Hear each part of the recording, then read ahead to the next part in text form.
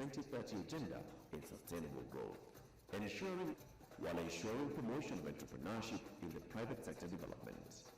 This will see the EU Commissioner for International Partnerships, ambassadors, Secretary General, distinguished guests, ladies and gentlemen. It is an honor for me to take the floor this morning on behalf of the European Union, soon after taking up my post as European Commissioner for International Partnerships. Let me first warmly thank Kenya and President Kenyatta for hosting this summit. In the times we live, this summit itself is a strong proof.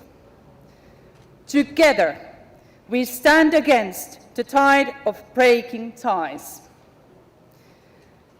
By beginning with the fundamentals, I believe that I precedes we only in the dictionary.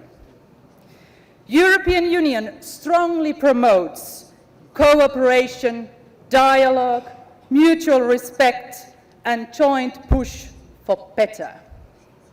In we, there is the power to change the world. To reflect the same, the large number of heads of state and government who have made the trip to Nairobi from Africa, the Caribbean, and the Pacific is proof of the active role that Africa plays in promoting multilateralism and South-South cooperation. We at the EU share this objective. Multilateralism is key for us all. With this in mind, this ACP summit on a transformed ACP committed to multilateralism is the perfect place for the European Union to convey our message of support in earnest.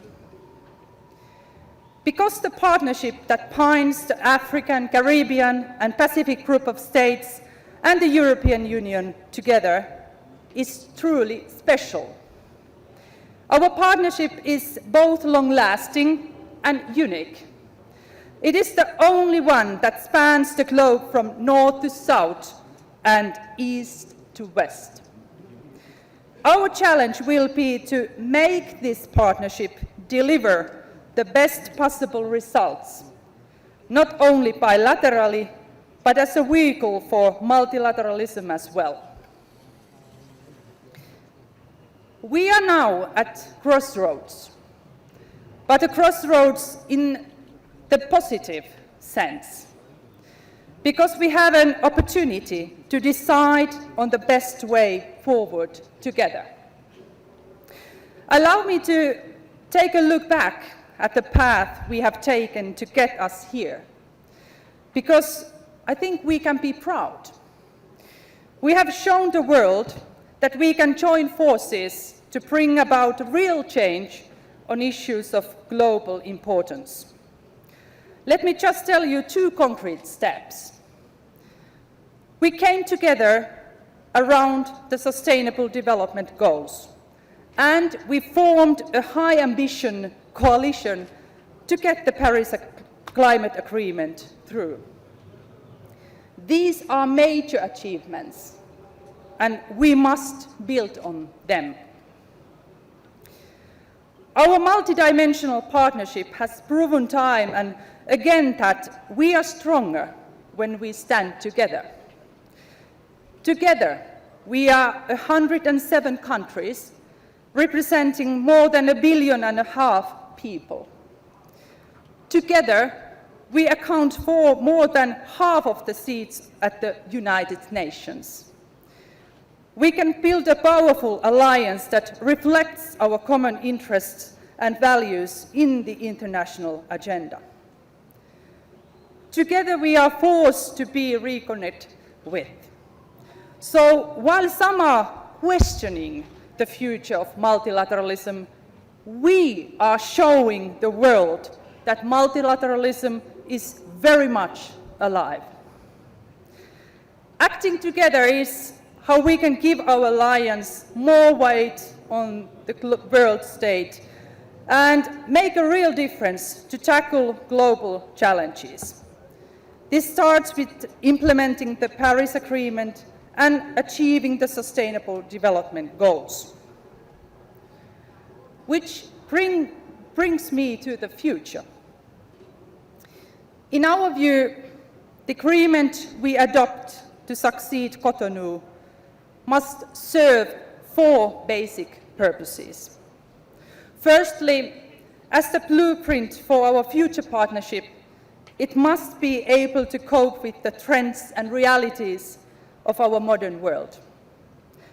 A lot has changed in the 20 years since the Cotonou Agreement was adopted. Secondly, our agreement must be an example of the new development paradigm. We are in this together. The SDG framework and the Paris Agreement must be at the core of our work and our partnership. Thirdly, the new agreement must be flexible. That is why we believe in one common foundation of values and principles. This one foundation should be complemented by 3 regional partnerships, and these partnerships should be action-oriented. And fourthly, the agreement must be fair, because partners treat each other fairly. With the agreement in place, I know that our partnership will go from strength to strength. We should then focus on priority areas. The 2030 Agenda for Sustainable Development, including eradicating poverty, fighting climate change, protecting biodiversity, supporting ocean governance, and sustainable investment. These are core themes of your summit and core themes of our partnership. They rest on multilateralism. They are areas where we can make a difference for the better. The 2030 Agenda is our common plan of action for people, the planet, and prosperity. We need to act now, and we need to act together. Let me give you an example. None of us can hide from climate change. This is something that our partners in the Caribbean and the Pacific know only too well. Weather hazards are becoming even more frequent and severe. For some, rising sea levels are putting their very existence at risk. Very recently, right here in Kenya, problems have taken a tragic turn. After several droughts, unusually heavy rains have affected over 300,000 people. 18,000 people have been displaced, and at least 120 people have died due to floods and landslides. The European Union sends its condolences. But I'm afraid that condolences are not enough. We cannot simply stand by and let strategies strike. We need to act now. And I am a big believer in the power of youth. You must all have heard of Greta Thunberg, how she is rallying her generation and how she is demanding all of us to act. In Europe, politicians are already acting. The President of the European Commission, Ursula von der Leyen, is working hard to bring a European Green Deal into being. We aim to lead the climate fight from the front. Our level of ambition is high. This is only right given the scale of the problems we face. But we need more than a European Green Deal, because we cannot win the fight alone. And that's why our partnership with all of you is crucial to make this planet secure and sustainable for generations to come. Therefore, the Green Deal is truly a joint opportunity. On critical issues, our partnership must set the agenda. And through our joint action on a positive agenda, we will be able to learn from each other as true partners.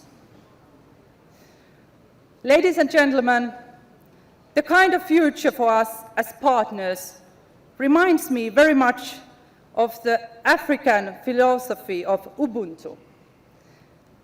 I am because we are. We would do well to make that a guiding principle. In Finnish, we have a saying, a strong will takes you through the grey stone. The equivalent in English would be, where there is a will, there is a way. The will is there, and the way ahead, beyond the crossroads, is becoming ever clearer. It will take us forwards a brighter future for us all. For a vibrant ACP-EU partnership of shared values is not only good for us, it is good for the whole world. Thank you. I thank you, Your Excellency. I'm very pleased from the EIB side to be here today. It's would be a part of their investment. Climate objectives. We decided that by 2025. I want to say how happy we are that it coincides with the summit. It shows that the strength of the partnership.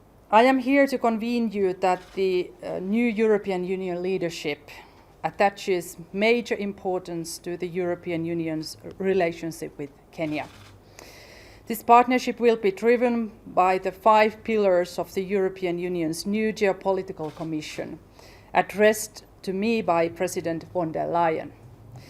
Green deals, digital and data technologies, alliances for sustainable growth and jobs, migration partnerships, and governance, peace and security.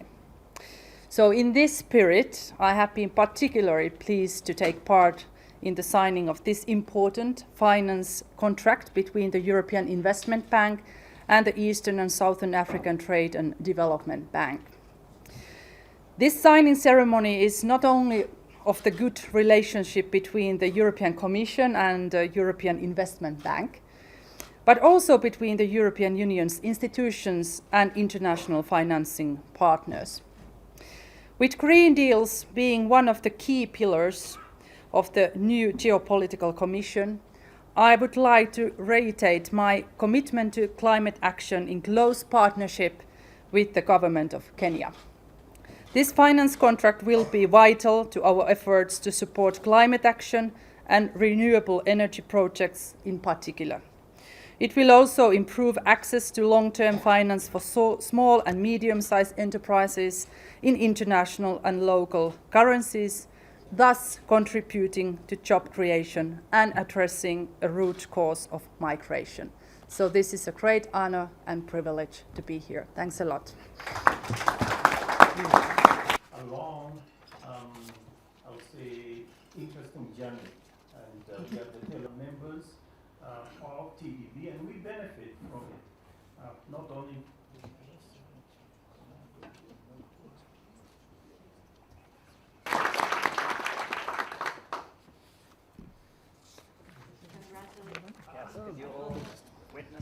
a photo before we move on to questions from the floor.